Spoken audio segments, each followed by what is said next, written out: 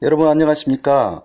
대법원이 27일 곧 내일 4년 동안 끌어온 제18대 대통령 선거 무효 소송 재판 선고를 오전에 한답니다. 그래서 선거 무효 소송인단 공동대표 중 한 분인 김필원 대표와 선거 무효 소송인단 미디어 단장인 안단태 사랑 두 분을 오늘 인터뷰를 해볼 건데요. 선거 무효 소송 재판이 어떻게 해서 선고에 이르게 됐는지, 또 어떻게 대응할 건지, 이런 내용과 또 안단태 사랑은 굉장히 또 중요한 이와 관련된 그 증언이 있다고 그래서 한번 좀 연결해서 이야기를 들어보도록 하겠습니다. 안단태 사랑님? 네, 예. 예, 반갑습니다. 아, 예, 반갑습니다. 예. 내일 드디어 18대 대선 선거 무효 소송에 대한 대법원 선고가 있잖아요. 네, 예. 어이가 없었어요. 굉장히 좀 어처구니 없는 지금 네.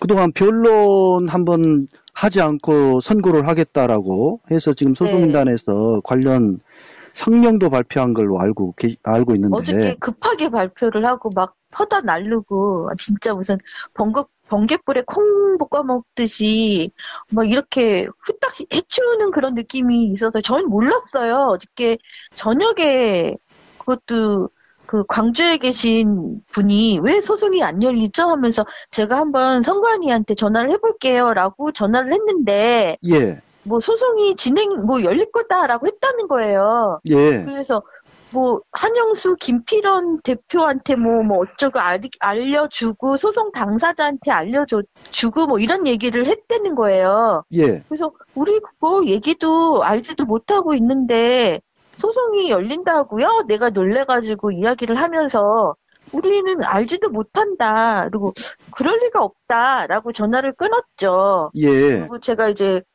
우리 그 논의를 하는 방에서 소송이 열린다고 합니다라고 이렇게 올렸더니 예. 정병진 목사님께서 이제 검색을 하시고 재판 날짜가 잡았어요 하고 얘기하신 게 어저께 저녁이었잖아요. 맞습니다. 그렇게 안 했으면은 모르고 지나갈 뻔도 했어요. 어떻게 보면. 아, 그러니까요. 어저께 너무 황당해서 아니 뭐 이렇게 재판을 이런 식으로 그리고 뭐 대법원에서는 보냈다라고 얘기를 하는 거죠. 변호사한테는 보냈다. 박군 변호사가. 박군 변호사에게는 법률 대리인 박군 변호사에게는 통지한 것은 확인이 됐고요. 네, 그래서 거기에서 이제 재판 사건 진행에서 다 저희가 확인한 거잖아요. 맞습니다. 그래서 뭐 20일 날 박군 변호사는 받았는데 우리가 어저께 25일이었잖아요. 예. 그런데 왜 이렇게 우리는 우리한테는 안 해주는 건가? 이해가 안 가는 거죠. 그리고 저희가 갑자기 전에 한번 대법원을 가서 다른 재판으로 저희가 거기 가서 합류를 이렇게 했을 때 거기서도 20대 총선 때 저희가 5군데를 넣었었는데 그 재판도 그날 열리는 걸 저희가 그때 가서 제가 그 앞에 시간표라든지 이제 진행표 같은 거 있지 않아요. 재판장 바로 앞에. 근데 선고 무효 소송 그리고 뭐 채땡땡 이렇게 있는 거예요. 그분이 그 전주에 계신 그 분이셨는데 그분도 몰랐고 우리도 몰랐고 아무도 몰랐던 거예요. 그래서 20대 총선도 대법원이 그런 식으로 했거든요.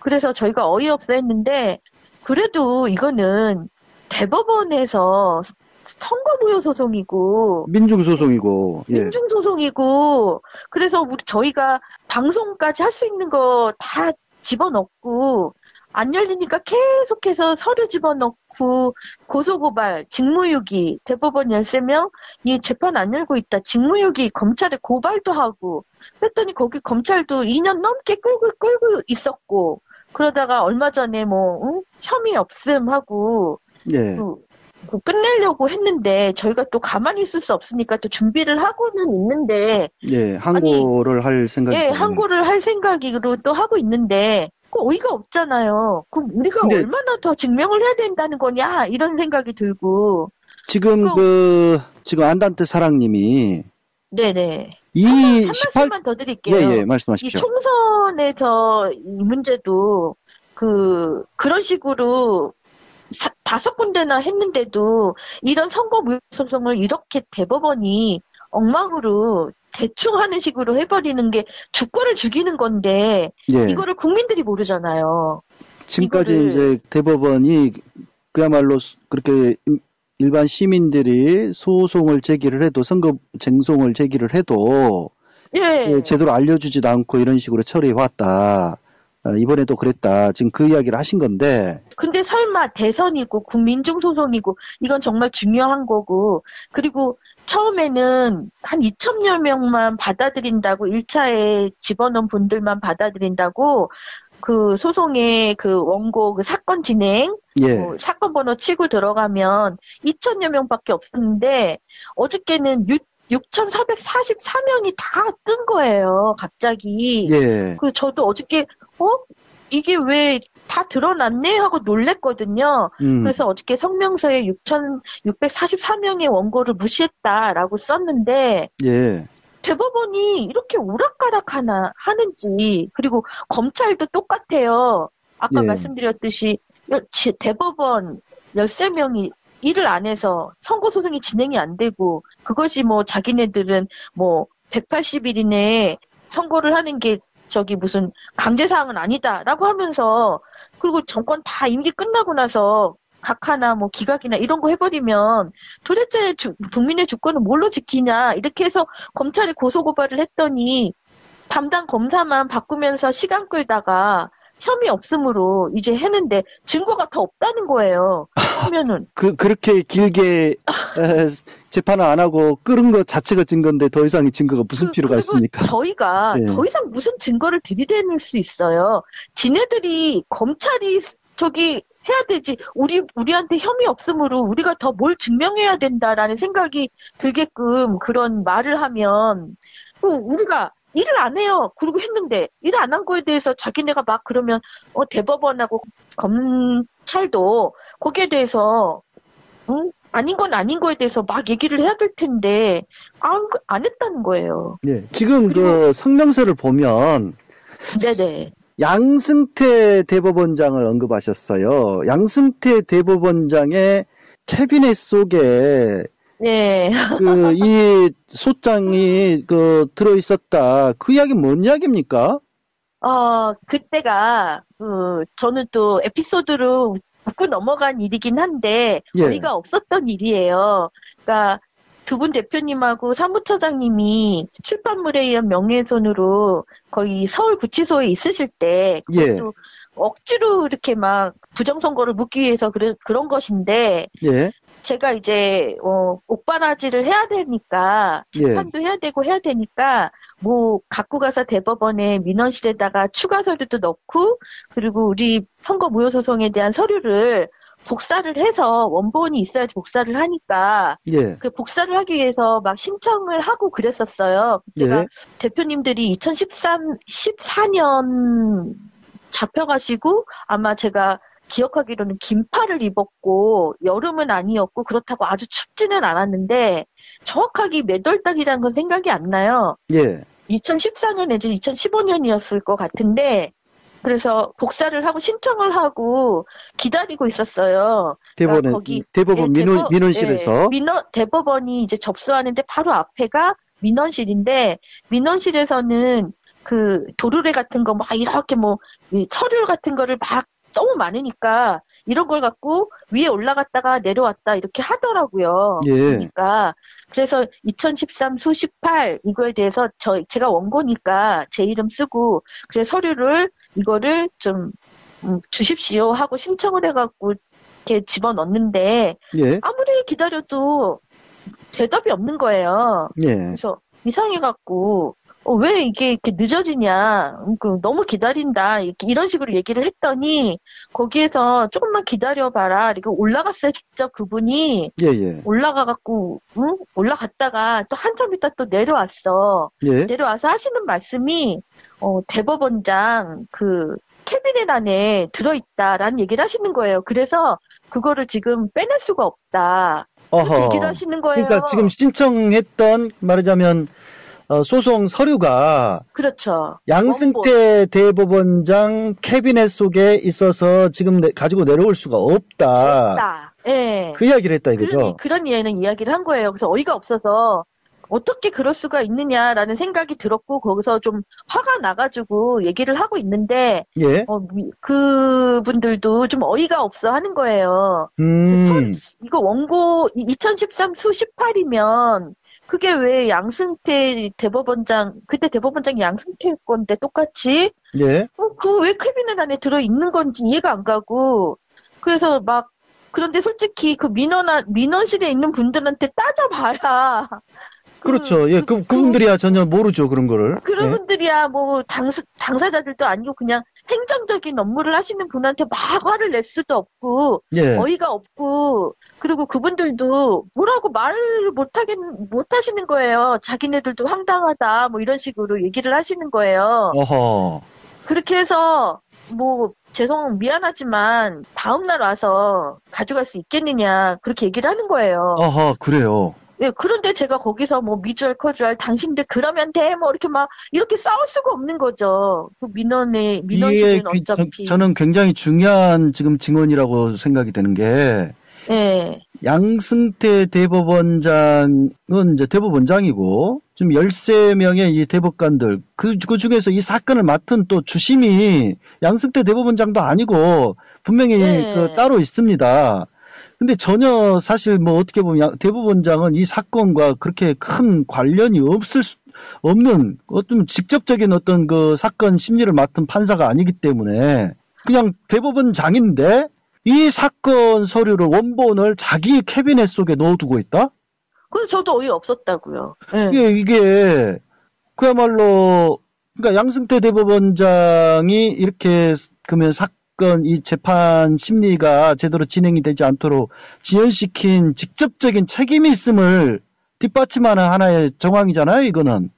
예, 지금 생각해보니까 그렇네요. 그때는 제가 그 두 분 대표님하고 세 분을 옥바라지 하고 왔다 갔다 정신이 반쯤은 빠져있을 때여서 예. 정말 화도 나고 어처구니가 없고 그랬는데 제가 어떻게 항의를 하거나 그거에 대해서 시정 요구를 하거나 이럴 방법이 없었어요. 그러면 그 다음날 받으셨어요, 네. 서류를?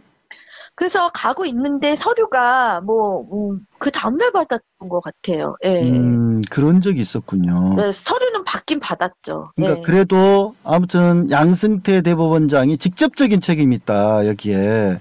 지금 그것을 보여주는. 저는 아직도 그게 어처구니가 없어요. 예. 아주 중요한 증언입니다. 그래서 제가 성명서에 양승태 대법원 우리 2013수 18 서류는 양승태 대법원장 캐비넷 안에 들어 있었습니다라고 얘기를 했었던 거예요. 예, 그렇군요. 아유, 중요한 증언 감사합니다. 예, 감사합니다. 네. 4년 3개월여 동안 재판이 이루어지지 않던 제18대 대통령 선거무효 확인의 선거무효 소송이 드디어 내일 오전 10시 선고가 된다고 합니다. 굉장히 어떻게 보면 기습적으로 이루어지는 선고인데요. 이 선고가 어떻게 이렇게 나오게 되는지 당사자인 선거무효소송인단, 18대 대선 선거무효소송인단 원고 공동대표죠. 김필원 대표님과 연결해서 이 사건에 대해서 좀 이야기를 나눠보도록 하겠습니다. 김필원 대표님. 네네. 지금 마치 그냥 너는 어리둥절 하실 텐데 어떻게 이 18대 대선 선거무효소송 선고 판결이 있다라고 하는 것도 모르셨죠? 예, 사실은 어제 알았죠. 그러니까 어제 그것도 네. 건네 들으신 거죠? 예, 건너들었는데 이제 건너들었죠. 법원으로부터 정식 통보를 받은 게 아니고. 통보 받은 건 아닌데 그거는 좀 일반 사람들이 그렇게 하면 오해를 할 수 있습니다. 예, 실질적으로 이제 재판이라는 것은 소송 대리인이 있고 이제 저희들은 원고 공동대표임에서 선정 당사자인데 저희가 재판함에 있어서 소송 대리인으로 창원에 계시는 박훈 변호사를 소송 대리인으로 위임해서 이 사건을 맡았습니다. 그렇죠. 법률 대리인이 박훈 변호사이시죠? 창원에 있습니다. 계시는 분인데 그래서 어제 연락을 받고 확인해 보니 실은 저희가 지금 내용에 대해서 인터넷 홈페이지에 확인해서 올려놨습니다만은 사실은 재판부가 예. 4월 18일 날 결정을 해서 예. 송달을 했는데 우리 소송 대리인에게 4월 20일 날 도달했습니다. 예. 그런데 이 사실을 실은 소송 대리인 박군 변호사께서 예. 저희들한테 송달돼서 도착했을 때 알려줘야 되는데 예. 그냥 알려주지 않았습니다. 이제 그래서 이제 원고 측에 송달 안 했다는 오해도 있는데 예. 실은 도달하게 되면 서로 상식적으로 도달 준비하시오. 예. 이렇게 되는데 이 경우는 재판을 하게 되면 선고 기일입니다. 예. 우리 박군 변호사님께서 예. 어떻게 해서 저희들한테 알려주지 않았는지 모르겠습니다만은 예. 아마 약간 미스했었던 것 같아요. 왜냐하면 예. 법원에서 저희한테도 송달하는 줄 알았지도 모르겠습니다. 네, 그렇게 알고 계셨더라고요. 그래가지고. 그러니까 확인해 봤습니까? 예, 제가 통화를 해봤습니다. 그러니까 그런 착오가 있은 것 같아요. 예, 그러니까 법원 입장에서는 소송 대리인이 보내면 소송 대리인이 알아서 한다이 되는 거고, 또 실질적으로 무슨 이야기냐, 이것이 선고 기일이 아니면 예. 자동적으로 이제 서로 준비하라고 좀 이야기가 돼요. 그렇죠. 일반적으로 민사소송에서 재판 변론기일을 다 끝나잖아요. 심리 재판이. 예. 그러니까 자동적으로 재판 진행하다 보면 다음 변론기를 알 수 있게 돼요. 예, 그렇죠. 그러니까 이제 여기서 무슨 이야기냐 하면 선고 기일에는 변호사가 참석하지 않습니다. 예, 참석 안 하신다고 하더라고요. 박군 변호사. 때문에 예. 자기는 변론도 없고 했으니까 선고 기일 몰라도 되겠지. 이러한 간단하게 판단하신 것 같아요. 그래서 우리가 사실 좀 우리한테 그런 내막을 잘 몰랐기 때문에 절차상으로. 예.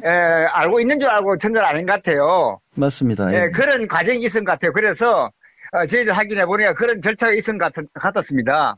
예. 예, 그 점은 그렇게 제가 해명 내지는 그 과정을 설명드리겠습니다. 예, 김필원 대표님 말씀대로 예. 법원은 이 법률 대리인한테만 통지하면 되고 원고 측에 알려야 될 어떤 원고들한테 일일이 다 알려야 될 어떤 의무는 없다라고 하더라고요. 반드시 안 해도 돼요. 예.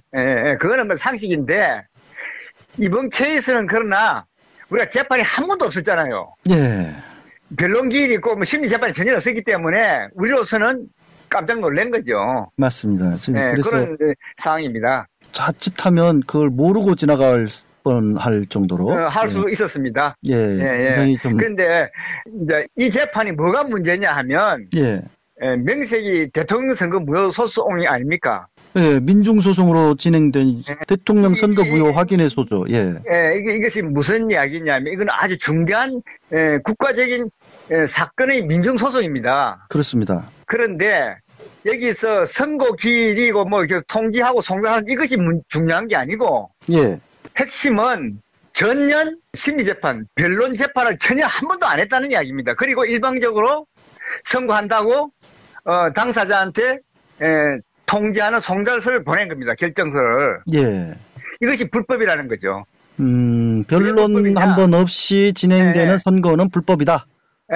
그것도 불법이뿐만 아니라 이 사건에 있어서는 우리가 이 공직선거법에 의한 재판하는 거 아닙니까? 그렇습니다. 이 재판은 공직선거법 225조에 의해서 180일 이내 재판 처리하게 되어 있습니다. 다른 어떤 사건에 우선해서 민사, 형사, 다른 재판, 대부분이 어떠한 재판이 있다 하더라도 그거 다 제껴놓고 180일 이내 이걸 우선적으로 재판 처리할 의무가 있습니다. 그렇죠.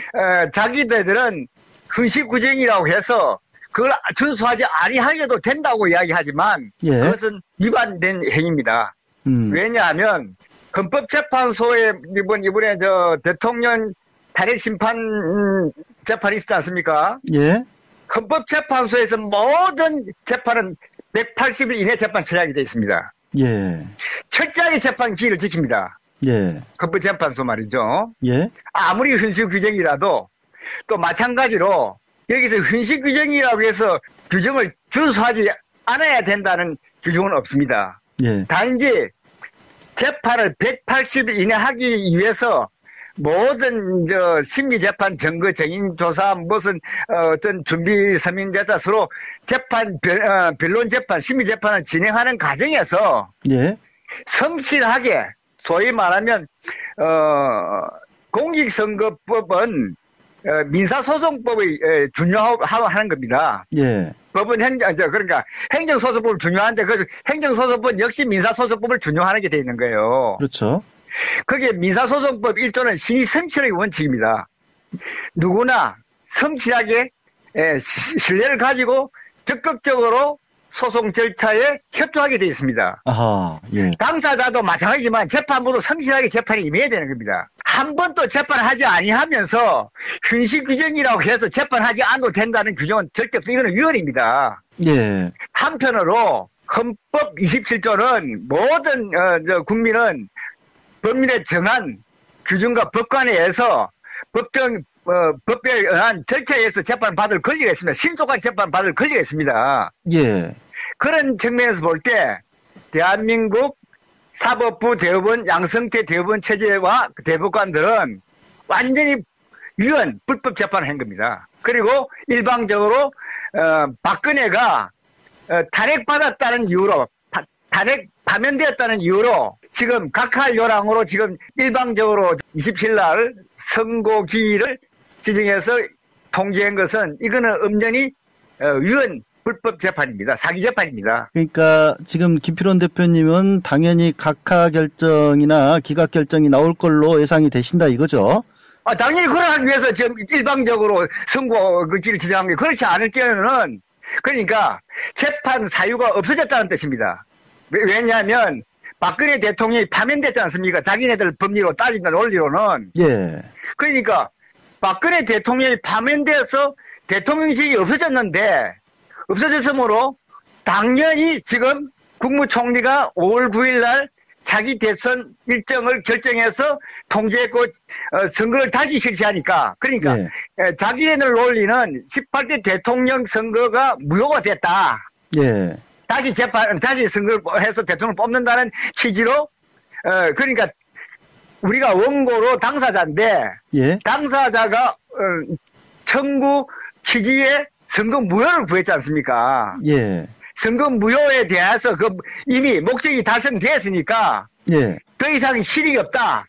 네. 이런 취지로 지금 각하한다는 이야기입니다. 각하 수순을 밟고 있다. 그렇죠. 그 외에는 일방적으로, 선고기일을 지정할 수 없습니다. 예. 그러니까, 이거는 똑같이 지금, 왜 그러냐면, 저희는, 19대 국회의원 선거무효 소송도 제기했고, 20대 국회의원 선거무효 제기했는데, 19대 국회의원 임기가 끝나자, 5월 30일 끝났는데, 예. 7월 20일에 일방적으로 기일을 지정해서 또 각각 판결했어요. 실익이 없다는 이유로. 예. 이게 무효인데, 국회의원이 다 임기가 끝났으니까, 실익이 없다는 겁니다. 자기네들이 직무 이야기하고 불법하고 직권 남용하고 헌정 질서를 파괴한 범죄 행위에 대해서는 이런 방구 사과도 없이.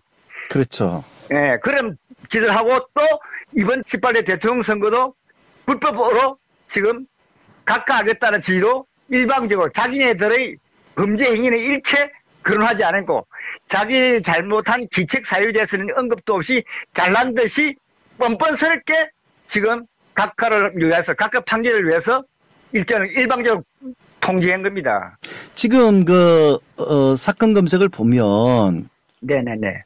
4월 5일 날 법관들이 핵심 쟁점을 논의하는 중 이렇게 계속 무슨 심리 좌우 다른 비교와 심리 검토 중 이런 식으로 거짓말하고 있는 거예요. 그러니까 다른 사건과 통일적인 어떤 의견 기준을 검토 방안을 강구하는 이런 차원을 연구하는 척하면서 그거는 거짓말입니다.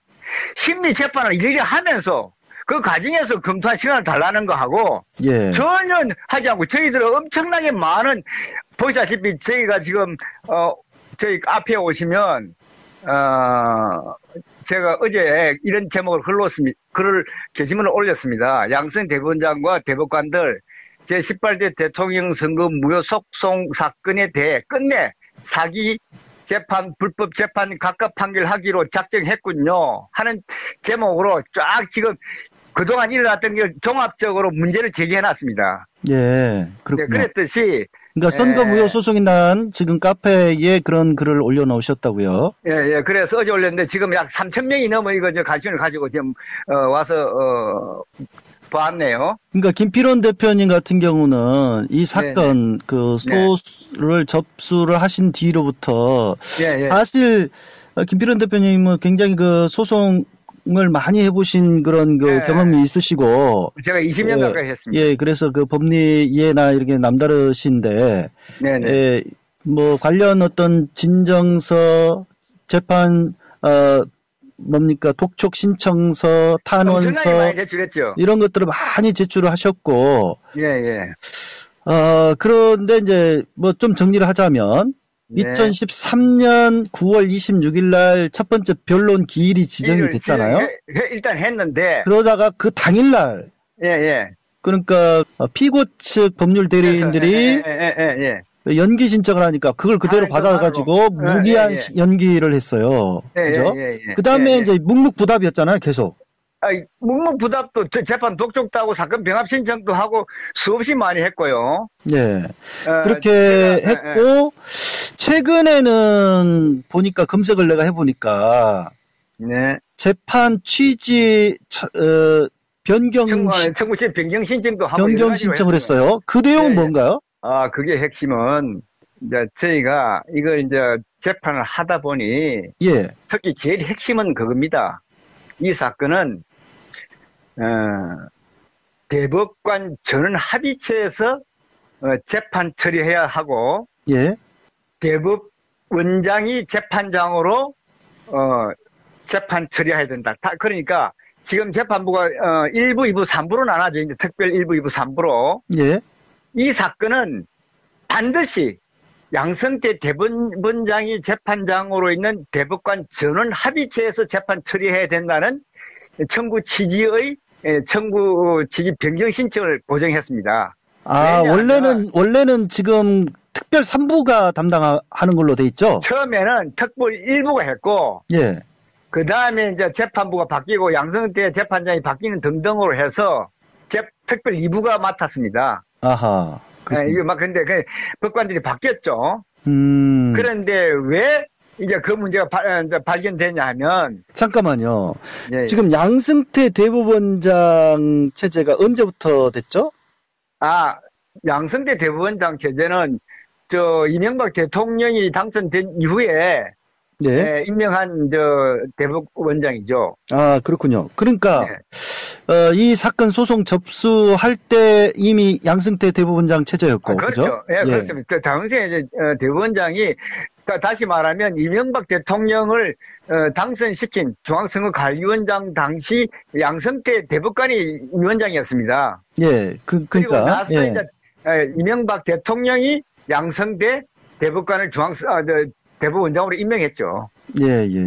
그래서 왜 처지 변경하게 됐냐면 지금 우리나라는 제일 문제는 대법관과 대법원장이 헌법과 공직선거법을 준수하지 않고 이를 위반하면서 선거소송을 지금 불법으로 재판을 상당 몇 년 동안 지금 하고 있는 겁니다. 그 이유는 뭐냐면 저희는 솔직히 말해서 우리가 소송 제기한 해가 2013년 1월 4일인데요.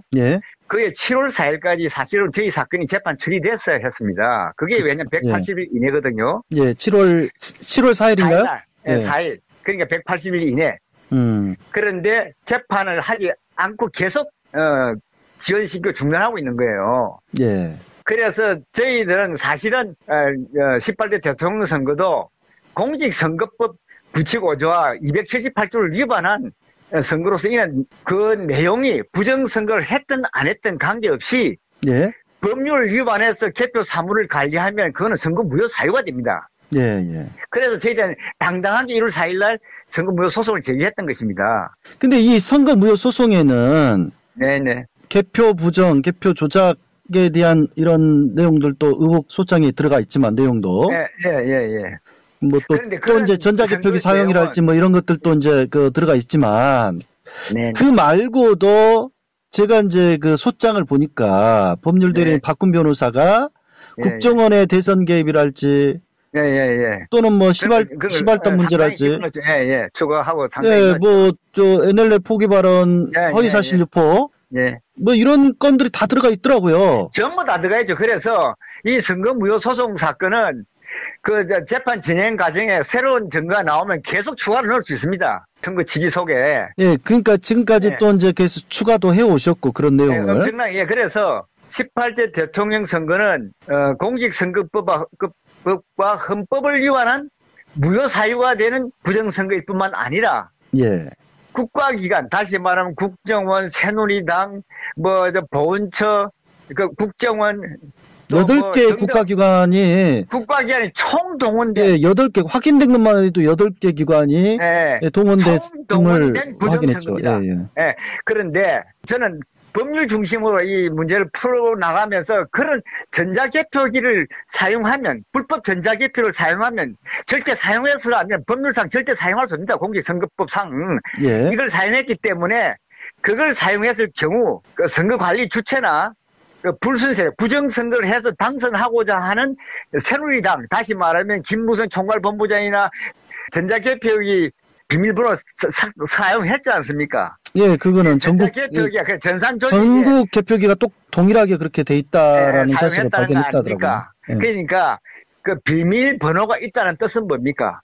그 전자개표기 투표지 부르기는 전산 조직이라는 뜻이 아닙니까? 그러면 전산 조직은 절대 대통령 선거나 국회의원 선거에 그 개표 사무 관리에 사용할 수 없다. 이것이 공직선거법 취지고 부칙 5조의 규정입니다. 그런데 이것을 보조장치라 하고 계산을 쓰나지만 그것도 위반이에요. 다시 말하면 공직인 부칙 5조와 공직선거법 278조 6항 2항에 보면은 반드시 그렇게 사용하기 위해서는 개표 방법 및 절차, 또 전문가의 위촉, 전산 전문가의 위촉을 특히 보안에 필요한 모든 그 관련 규정을 중앙선거관리의 규칙, 즉 공직선거관리 규칙으로 제정하여야 한다. 이렇게 딱 규정이 나와 있습니다. 다시 말하면 그 규정을 만들고 그 규정에 따라서 전산 조직인 전자개표기를 제작해서 검증을 거쳐서 모든 확인이 하자가 발생하지 않고 교섭단체가 전부 다 확인해서 인정해야 할 때 이것을 사용할 수 있는 거예요. 지금 이제 김필원 대표님은 이제 좀 세부적인 이야기를 하셨는데 그것은 차치하고라도 지금 이제 그러니까 개표 부정이든 전자개표기 사용 이런 것이든 이걸 다 가로치더라도 국가기관이 대선에 개입한 것만으로도 대선이 무효인 건 사실이지 않습니까? 명백하죠. 그거는. 근데 이것을 만약에 각하를 하고 내지는 기각을 했다. 그러면 그 뒷감당은 어떻게 되는 겁니까? 이 뒤에 무슨 일이 벌어지겠습니까, 이거? 그리고 어떻게 예상이 되시는지요? 많은 대안을 강구하고 대책을 준비하고 있습니다. 다시 말하면 가장 중요한 것은 지금 보통 일반 분들은 이 대통령 부정선거에 있어서 그러니까 일반 사람들은 개표 조작이니 숫자를 몇 개 바꾸었느니 다시 말하면 51.6대 48이니 이런 비율을 따지는 겁니다. 그러니까 이렇게 부정선거가 될 수 있는 조건은 불법 전자개표를 사용할 때 가능한 거예요. 그렇죠. 그러니까 그런 용어들은 전부 다 몇 대 몇 나오는 것은 컴퓨터 조작이 아니면 전혀 불가능한 거예요. 김 대표님이 이제 예상하는 것처럼 기각 또는 각하 이런 각하 가지고 하는 거죠. 판결이 나왔다고 치면 그러면 이제 소송이단은 어떻게 대응을 하실 겁니까? 지금 현재 선거 소송은 반드시 대법원장이 재판장으로 있는 대법관 전합의체에서 재판 처리해야 된다고 말씀하셨습니다. 그 이유는 뭐냐면 법원조직법 제7조 1항 3호에 유엔 규칙 등 심판해야 될 사안이 있을 경우에는 대법원장이 재판장으로 있는 대법관 전원 합의체에서 재판 하의한다고 딱 규정이 나와 있습니다. 그러면 이제 재판을 불법으로 했다 해서 이것을 뭐 위헌 법률 뭐 신청 뭘 하든지 뭐 헌법소원을 내든 뭐 그렇게 하실 겁니까? 뭐 그게 방법이 혹시? 그래도 그것도 방법 중에 하나입니다. 네. 그런데 제가 작년 12월 26일 대법원 재판부에 공직선거관리규칙 99조 3항 이 위헌 규칙입니다. 그러므로 위헌 규칙 심판 신청을 대법원 재판부에 제출했습니다. 그것이 소위 말하면 결정적으로 대법원장이 재판할 책임이 있는 거예요. 이미 그런 것을 신청을 해놨다. 그렇죠. 그래서 그거로 해서 모든 우리 이제 선거소송은 반드시 현재 상태에서는 반드시 대법원장이 재판장으로 있는 대법관 전원 13명이 총 참석해서 판결을 해야 돼요. 그걸 신청해놨습니다. 예. 그래서 지금 저희들은 간단하게 19대 국회의원 선거도 각각 판결했죠. 임기가 지나서. 20대도 또 그걸 또 각각 했죠. 또 이번에 18대 대통령 선거도 또 각각 하는 건 자기네들이 국민을 속이는 짓을 하고 있는 거예요. 그리고 지금 통지 온 내용이 특별 2부에서 통지해 왔어요. 특별 2부에서 통지해 왔습니까? 네, 그러니까 우리는 이미 이 재판을 대법관 전원 합의체에서 재판해달라고 신청을 해놨는데 이걸 무시하고 사기 재판을 하고 있는 거예요. 그래서 답은 이미 나왔다. 답은 이미 나왔고 이렇게 그 신청을 규칙 99조인가요? 그것이 위헌이니 이걸 규칙을 고쳐라라고 했음에도 불구하고 그것을 반영하지 않고 재판을 강행했으니 이것 자체가 불법이다. 그래서 그게 이제 뭐가 있었는데 그걸 잠깐 설명할게요. 공직관리규칙 99조 3항이 왜 위헌이냐 하면 지금 중앙선거관리위원회가 전자개표 자기 말로들은 투표지 분류기를 사용하는 법적 근거가 공직선거법 제 178조 4항에 위임받은 규정에서 규칙을 만들었다는 식으로 사용하고 있는 거예요. 그러니까 그 규정에 없는 것은 나머지 이제 규칙으로 정한다. 했는데 선관위 규칙으로 정한다 했는데 그 규칙이 없다는 거죠. 공직선거법 178조 4항을 가지고 이제 공직선거관리 규칙을 만드는 것이 공직선거관리규칙 99조 3항입니다. 핵심을 알아야 돼요. 핵심. 왜냐하면 꼭 필요해요. 그 공직선거관리규칙 99조 3항이 뭐냐면 끝에 가서 개표 시에 한마디로 전산 조직을 이용할 수 있다 이런 말이 나와요. 전산 조직을 이용할 수 있다. 99조 3항의 관리규칙. 그런데 이 규칙을 어디서 만들었냐 하면 자기네 주장이 공직선거법 178조 4항에 위임 규정에 의해서 위임이 만들었다는 거예요. 그런데 그러면 178조의 내용이라든지 공직선거법 자기네들이 만들어서 모든 법에서 178조 4항 위임 규정으로서 공직선거관리규칙 99조 3항 전산조직을 이용할 수 있다는 규정을 만들 수 있는 법적 근거가 있어야 되지 않습니까? 그것이 없다 이겁니다. 근거가 전혀 없는데 자기네들 멋대로 공직선거관리규칙 99조 3항 전산조직 이용할 수 있다고 이렇게 제정해버린 거예요. 잠깐만요. 그래서 그게 불법이다라고 주장을 하고 대법원 측에서는 뭐 관련 소송을 계속 했지만 대법원 판결에 의해서 2003년 기판력 판결 뭐 등등에서도 한 번도 그게 불법이었다라고 하는 것이 인정된 바가 없다. 이렇게 또 주장을 하고. 그게 중앙선관위가 주장하는 거죠. 중앙선관위가 그렇게 주장하죠. 근데 이제 중앙선관위 주장이 틀렸다라고 하는 것을 입증하는 하나의 사례가 있어요. 그거는 뭐냐면, 전자개표기를 사용하는 거 근거로 해서, 뭐, 나머지 사항에 대해서는 공직선거관리 규칙으로 정한다. 그러니까 선관위에 위임한 그 공직선거법 178조 4항, 그 위임 규정에 따라서 99조 규칙, 공직선거관리 규칙에 의해서 이제 그걸 우리는 썼다, 이런 주장을 해왔는데, 갑자기, 2014년 육사지방선거 전에 선관위가 뭡니까? 2014년 1월에 이제 법령이 개정이 됐는데, 선거법이. 그러니까 새누리당 박성여 의원에 의해서 네. 공직선거법 178조. 예, 2항이죠.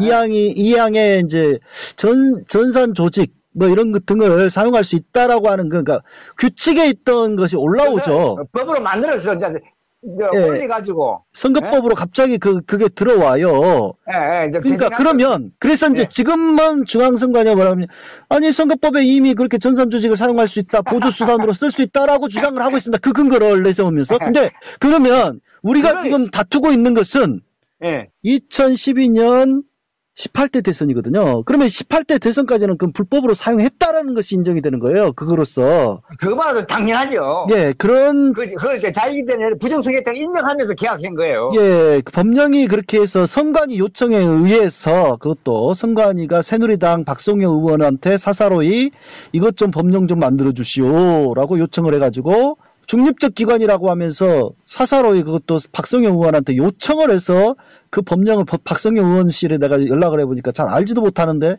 올려가지고 그래가지고 만든 법령입니다. 그게 신설이 됐어요. 그러면 그것이 위헌 법률 개정안이에요. 예, 그래서 이제 위헌 법률 신청을 하신 상태였는데 지금 이 18대 대선 선거무효 소송 재판을 강행하고 있다. 선고 판결을 강행하고 있다. 이건 불법이다. 그 이야기인데요. 하여튼 지금 이게 온 국민이 사실 우리가 탄핵 심판의 그 어떤 내용 하나하나를 계속 언론들이 연일 보도했듯이 사실 그에 못지않게 중요한 사건이기 때문에 이 복잡한 법리 또는 어떤 법령 문제 이런 규칙을 어떻게 위헌이다라고 하는 그런 또 신청 이런 것까지도 다 세세하게 우리 국민들이 알아야 되는 사안입니다. 사실은 이거는. 네, 그래서 지금 제가요. 이게 머리 복잡하다가 할 이야기가 아니고 얼마나 선거 사무 내지는 이 대법원이 불법을 선관위와 더불어서 해왔는가를 지금까지 오랜 세월 동안